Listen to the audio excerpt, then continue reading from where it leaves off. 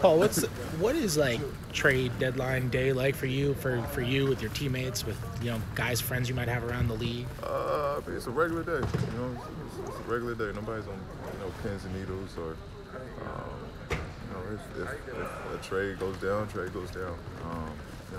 We're not expecting or looking for anybody to get moved when trade deadline come around. When it happens, it happens. Paul, you guys kind of got control of some of those defensive things that you've been talking about heading into the Golden State game.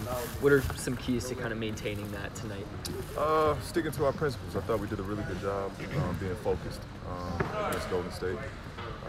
It's how we got to approach tonight. Just being focused on details, on helping one another, and I think just the energy and effort tonight. Lakers made a couple changes today on trade deadline day. Does that make preparing for them different, or does it just help you focus on yourselves in some way? Yeah, I mean, we got to go out and be us. It's more so what we do and how we prepare.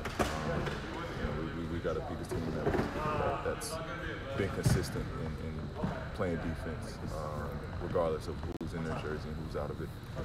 We got the pieces to do so. So it's more so just focusing on us. Does your approach change if Russ and Melo can't play tonight? I know to be more aggressive, I know,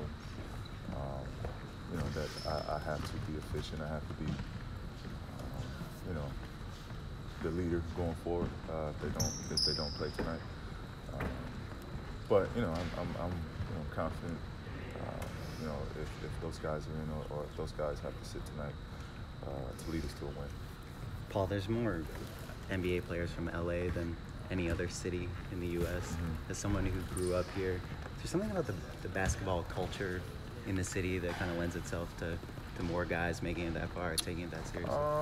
Honestly, I think here this is kind of a year-round game for us, and it is just so much talent that we're just constantly playing each other. So many gyms, so many parks. I just feel it's a year-round game for us here in California, and the ability to be able to play top-level talent pretty much anywhere you go here definitely helps. Do you have a park that you played in? Yeah, Dominique Mazzari. One of the best parks in the city. I grew up in Palmdale. It's where a lot of talent has been.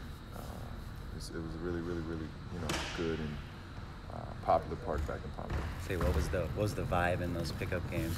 Pretty intense? Yeah, absolutely. Absolutely. From when I was 13, 14-year-olds getting on the park playing with grown men to seeing the young up-and-coming kids playing on the park with them.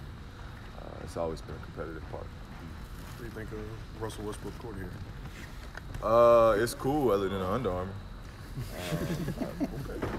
Other than the Under Armour, it's pretty nice.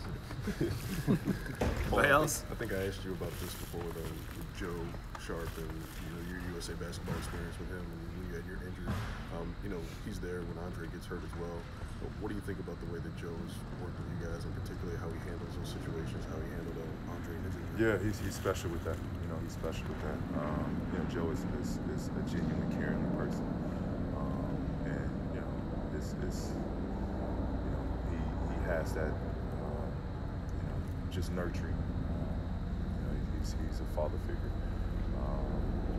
He's been very hands-on and caring with this group.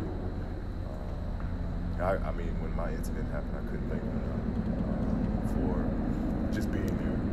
I was out there alone. You see injuries now where guys see the injury and they walk away from it, and that loneliness that you feel in that moment, it's great to have someone that can respond like Joe does, and just be there for you in that moment, and just make you feel calm. You talked a lot about when you had your injury, Coach Vogel, and how he kind of went out of the way to keep you involved in like team culture and all that kind of stuff. Do you feel like you as a teammate want to do a similar thing for Andre while he's down? Yeah, absolutely. I think it's easy to drift when you're injured, and kind of go off into a dark place, a lonely place, where you don't feel a part of the team, and where you feel isolated because you can't, compete or you can't be out there. I'll try to help with that with, just keeping him engaged. Once he's able to be at practice and sit around and watch. And I think that's one thing Vogel was great with, was having input during practice or having me help, whether I was in a seat or whether I was in a booth. He kept me active throughout practices. So I'll try to help with that. I'm sure the team will have Dre doing some maybe ball handling or little stuff like that to keep engaged. So we got Dre back in that aspect. Thanks, PG. Thank you, Paul. Appreciate it.